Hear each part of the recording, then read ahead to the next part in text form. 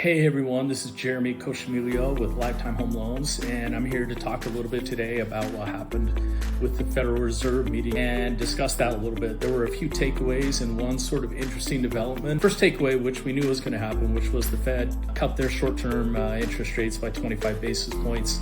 It was the third cut since September. This was expected. We all knew this was coming and it was already priced into the markets. I think the one thing that was a little bit interesting about this was that the decision, the vote was not necessarily unanimous, right? There were actually three board members that dissented from the vote, and that was actually the largest dissension since 2019. So one of the takeaways here was that the interest rate cut that happened this week was actually close to not happening. The second thing that came out of the meeting that was interesting was that the Fed is only pointing towards one rate cut next year. That can change based on what happens with the economy, especially with the Fed chairman being replaced early next year. That sort of led to, in my opinion, kind of a status quo in the short term and not pointing to a lot of changes next year.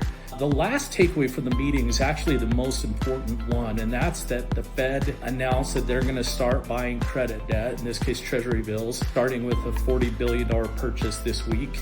And they're going to do that monthly for the next several months and then maybe kind of reevaluate at that point. A lot of analysts think that this is sort of a subtle move by the Fed to try and reduce long-term interest rates without actually them cutting their short-term interest rates. That is what led to rates being low during the pandemic. Obviously, they did it on a much larger scale then. So that's probably the most important thing from yesterday that we need to keep an eye on is what happens with the Fed and what they do in terms of buying treasury bills over the next 3, 4, 5 months, and if they make any other announcements on that. Thanks for listening today, and stay tuned for further announcements next week.